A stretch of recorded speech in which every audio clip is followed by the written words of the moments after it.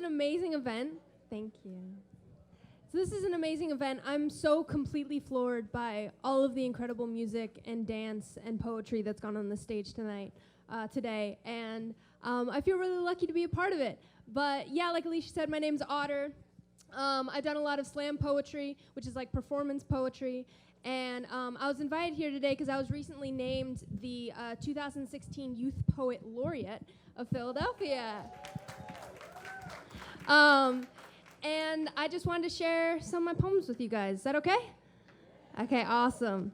So, I'm fake, so I didn't memorize them, but I'm going to read them. This one is, I intern at a classroom in North Philly, and I assistant teach, or I used to during the school year, and it was one of my activities that I did every Wednesday.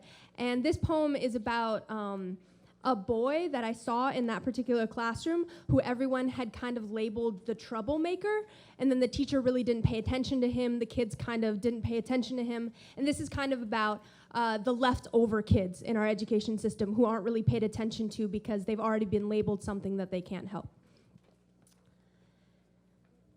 There's a boy in the corner of the classroom that I intern for. His head hangs from his shoulders like a bow to a chopping block, and the other kids won't look at him, so I can tell right away he's the exiled. His ideas a Judas to the system that takes credit for him. I'm watching him prepare his apology in his shirt collar, and I don't know what he did to be put there, but I know it must have been something that took up space. I watch the teacher read a book to the rest of the class and points the illustration away from him. He asks, "Can I see?" But his voice, it's strained with neglect, as if his speech had been sleeping and only awake to beg. I look back at the teacher, but she doesn't blink. She turns the page like she's covering his mouth and continues to read. And I watch him fold his body smaller than it was. He doesn't let himself cry. He would never allow himself grief for something as petty as his voice. This boy in the corner of the classroom doesn't have a name. He is, don't pay attention to him. Your mother's gonna get a call. Bad apple, hyperactive, tantrum. He doesn't have disorders. He has history. He doesn't have emotions. He has control issues. I cannot help but picture all of the children that have become swallowed revolutions. The ones who speak when unspoken to, because sometimes silence is the harshest trigger. I won't reprimand them further by comparing them to statistics. I won't condescend by pretending their impact stops short of percentage, but to the teachers who have turned the corner of their classroom into a burial ground, I'm here to let you know that resurrection is on the rise. I'm here to let you know that revival is no longer just a rumor on the playground, that these children have done what you've beaten into them, grown, that you gave them isolation and expected them to agree, that you unintentionally gave them time to organize their revolt when you put them in the corner of the classroom, so you will not censor an army you engineered. You taught them too well how to silence that which they think is beneath them, and you are not on top anymore, so you've told them their roadblock. There will be hell to pay when they realize that they are breakthrough, that they're change agent, that they are push back talk, the bad attitude, you can't quiet the stillness, turn rebellion, they can't sit still, and why should I? These kids will not ask for a hall pass to fall in love with their own movement. They've had their dignity graded so often that you stand no chance against their unedited voices. I dare you to face them first draft, to belittle this fire, to put this fury in the corner, and to move this magic so that it can't see the illustration and expect it not to speak. Thank you.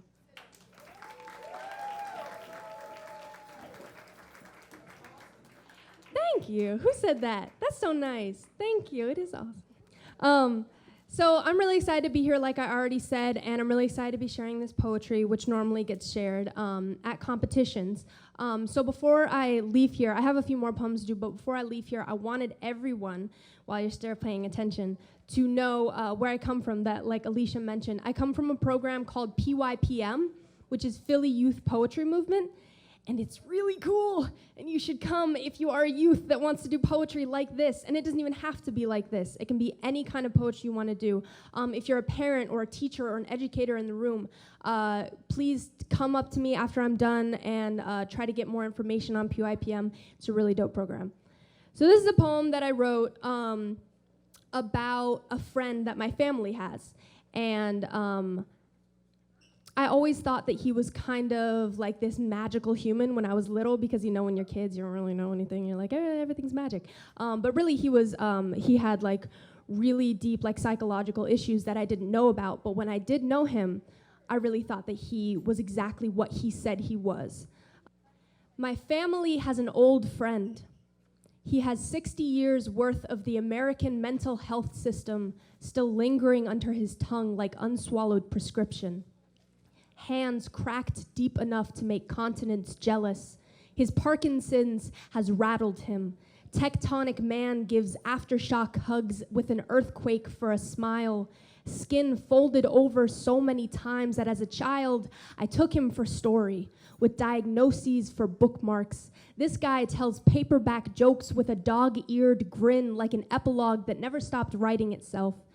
His name is Cupid, and we only visit him on Valentine's Day. In 1978, in an airport waiting lobby in Boston, Cupid was visited by the angels, they say. They tell me that the sky opened like a mouth and told him that he was a cherub in training, that God was calling him on like new recruit. Venus's son reincarnate was drop dead gorgeous, he says. They tell me he sold his house that day, lived in soup kitchens, took up the name of Cupid like mantle and spread joy to all those who needed it and became the embodiment of love, of something warm and brilliant and ever indulging. There's nothing that makes a man more confident like being heaven sent. I watch him bring flirtation into the nursing home with him, teasing the attendants with the spry of a teenager. He has yellow teeth, but they might as well be sunshine to the girls, he says. He has clouded eyes, but the way he had them staring, you'd think he had Olympus behind the blue. I've never watched a blind man see, but I saw it when he sang My Mother Marvin Gaye. He kisses the hand of every woman who brings him get well flowers and tells me his two lips are forget-me-nots for the ladies. I've listened to those tales for hours upon hours. I've heard an angel speak, but not so much these days. I always feel like they're finishing his sentences for him.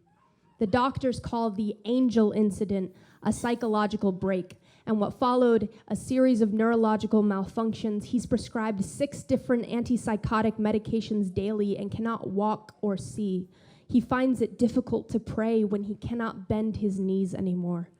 All he has left are praying hands, loose and parted like holy tide, his every intake pulling shaky air through lips like blessed souls through pearly gates. See him, and he is weak. But listen, I can still imagine hymns dancing on his heartbeat. The spikes of his monitor are just chapels in disguise. When we visit him, I still hang back, if only to catch him taking off his halo and putting it on the nightstand. Sainthood never did deceive so well. He's an angel, and any angel who fights back against death, if only because he believes he hasn't shown this world enough gospel yet, has earned the right to his name. And I will never call him anything but Cupid.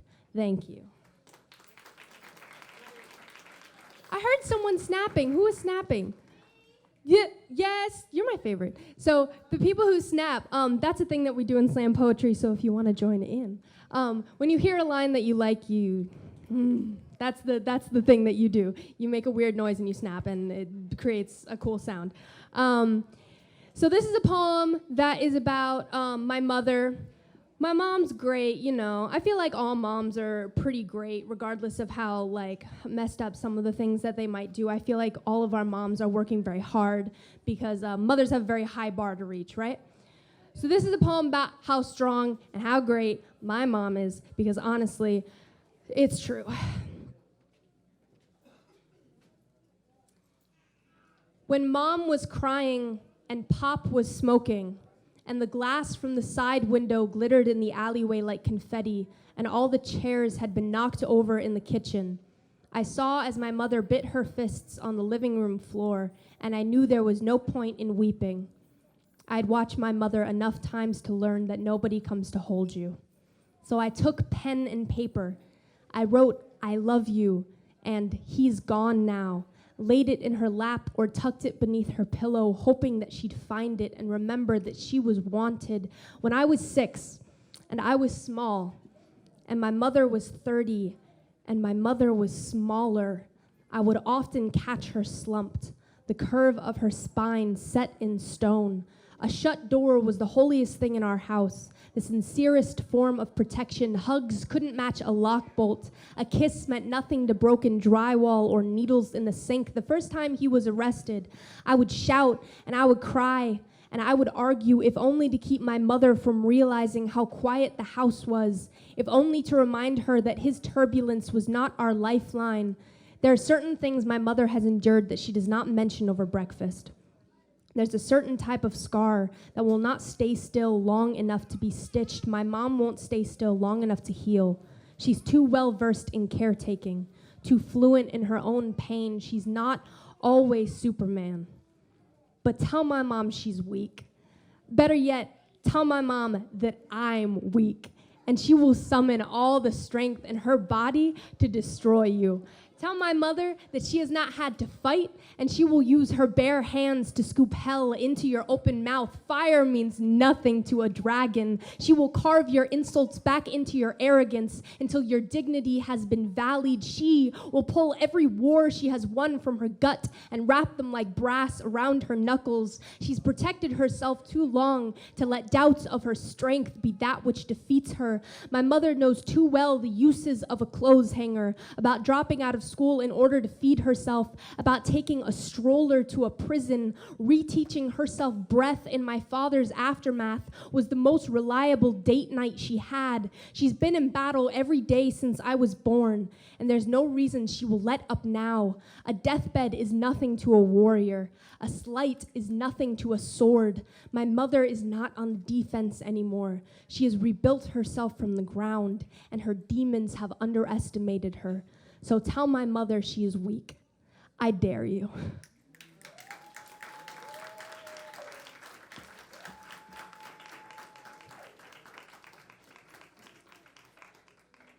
So this poem is specifically about this one kid in my school, right? His name is Jared, and he sucks.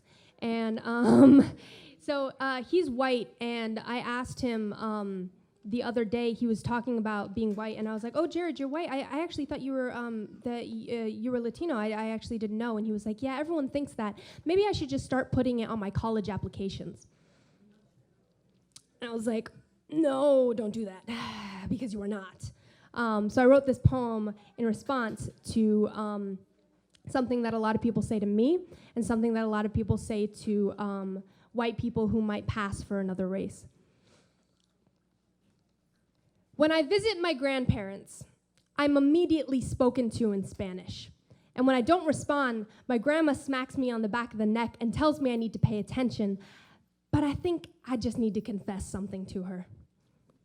Grandma, there's a reason that I don't call you abuela. I'm white. And I know she thinks that I don't know, but she really likes to pretend that I'm really the estranged Mexican grandkid who got lost in Philly and came back as a white boy in a snapback. And I'm always the one cousin who needs the flash adjusted, that has to stop for sunblock, again, that can't join in with the Que Sera sing-alongs.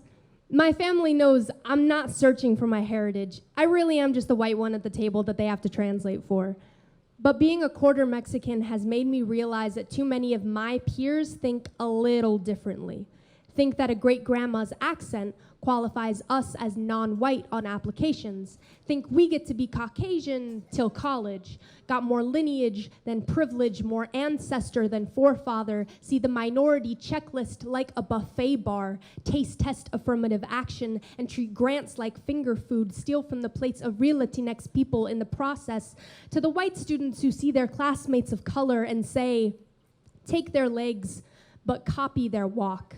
Take their mouths, but copy their tongues. Take their pens, and then keep their scholarships. Stop appropriating something that you only claim when you go on vacation. And when college comes around, make sure your pencils stay in their lane. Thank you.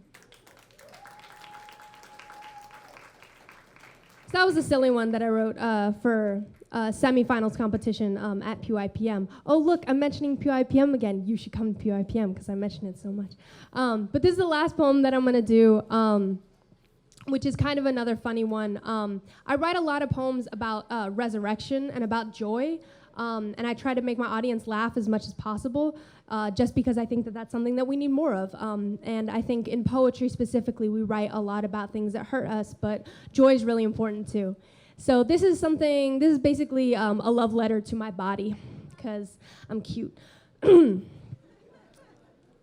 There was a time when I hated my body. Mornings where I was hours late to school because every outfit felt too tight. When all I had to do was look in the mirror to make myself cry. When I couldn't find one thing about myself that was beautiful. Today is not that day. Today I looked in the mirror before I left the house and I swooned.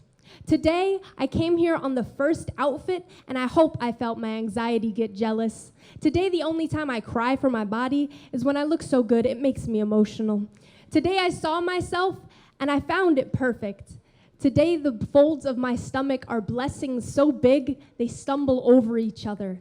Today my belly is a deep breath and a hard laugh, all this flesh made big with discarded pretense. My belly, it's the end of the week. The exhale after my shirt comes off. The thank God this day is over. I need a damn sandwich. Today my nose, it has my mother's spine. Arching like a bent spine, every taunt taught me I carry my backbone in between my eyes. Today, my thighs are lovers that can't stand to be apart. And honestly, who am I to break up such a happy marriage? Today, the scars on my legs are a celebration I never meant to plan, a party I was only invited to once I brought self-love as my +1. They are a used calendar of strength, a reminder of what was. After all, how do you know when something's past unless you cross it off? My scars are the kind of dark that people build forts in, the kind of night that warrants popcorn and scary movies, the kind of shadows that tell time. They are the pain that I found utility in. How many people can say that they wear the construction of their own joy beneath their jeans? How many people can say that their body has its own written history? Today, I'm not bitter. For the first time in years, I'm calling for a day of observance. Today, I will not mourn for this body, but today this body will celebrate me. It'll wrap my waist in lights and wring my hair in flowers and call friends to dance among me and blow out candles in my name like the festival I am.